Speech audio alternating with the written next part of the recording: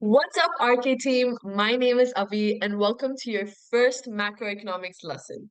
So, in this lesson, we're going to be covering the basic macroeconomic topics you need to know in order to move ahead with this course. So, let's get right into it. We're going to be starting with GDP, or Gross Domestic Product. GDP has three main definitions, and we're going to go through them right now. The first one is the value of final goods and services produced in the economy during a given period. The second one is the sum of the value added in the economy during a given period. And third one is the sum of income in the economy during a given period. Now, what do these three mean and what's different about them? We're going to look at this through an example. Let's suppose we have two firms. One is a steel company, or firm one, and the second is a car company, or firm two. The steel company sells steel to the car company in order to make their cars.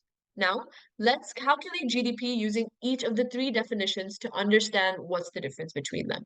Now, with the first one, we have value of final goods. What we mean by final goods is the absolute final good that gets created in the end. So not the steel. We don't include the steel because that steel is being used to make the car. So we only include the final product, which is the car. So here, the GDP is going to be just the revenue from sales from the car company, which is $200. Now, for the second definition, we have sum of the value added. Value added is the sales you get from the first firm plus the profit you get from the following companies. No matter if it's one, two, or three, the final value will be the revenue of the first company plus the profit from the following companies. So here, it would be the revenue from sales of steel, which is $100, plus the profit from the second company, which will be 200 because of the sales, minus 100 since they purchased the steel. So it's going to be 100 plus 200 minus 100, which is again 200. The GDP will be same for each definition, just how you calculate it is going to be different. Now, for the third and last one, you have the sum of income. The income over here, we mean the wages plus the profits. So it's going to be the wages and profits of the first company and the wages and profits of the second company, which right here, there you go, is 80 plus 20 and 70 plus 30. So 100 and 100, 200. Now, let's move on to nominal versus real GDP.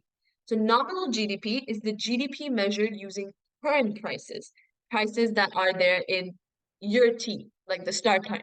And real GDP is adjusted for inflation. It reflects the actual increase in goods and services, not just price changes. If this concept seems a bit confusing to you, I've also made a video doing the macro midterm of previous years to show how these concepts will show up on your exams. Now, let's move on to unemployment rate. Unemployment rate is the percentage of people in the labor force who are actively looking for work but can't find it. Now, what we mean by the labor force is employment, all the employed people plus all the unemployed people. Now, unemployment rate is calculated by unemployed people divided by labor force into 100. Now, inflation. What basically inflation is just a rise in prices, but it's the sustained rise in the general level of prices, also known as the price level. And the rate at which this price level increases is inflation rate. Now, let's look at an example of inflation. Let's say in July, your wage is 50 euros, but the price of a sesame is 10 euros. But in September, your wages are still the same, but the price of sesame is now 12 euros. So your income remains the same, but the price has changed. This is inflation. Now, there's two main ways to measure inflation. The first one is the GDP deflator, which is nominal GDP divided by real GDP. And the second one is the consumer price index. This uses the price changes for an average consumer's basket of goods. By basket of goods, we mean essentially the goods a consumer buys in their daily lives. Now let's look at this formula.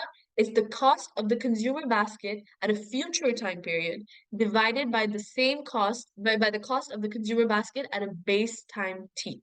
So again, as we said, the cost of a consumer basket is the total cost of a typical group of goods and services that consumer purchase. It could be for their rent, their groceries, essentially just the basic stuff they buy in their daily life. Now, the final topic we're going to be covering is Oken's Law and Phillips Curve.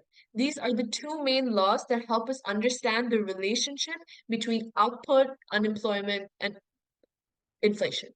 So, Oken's Law, here's the graph for Oken's Law, and Oken's Law essentially states that as we have higher output, we will have lower unemployment, which means the more an economy grows and produces, the more jobs will be available for others.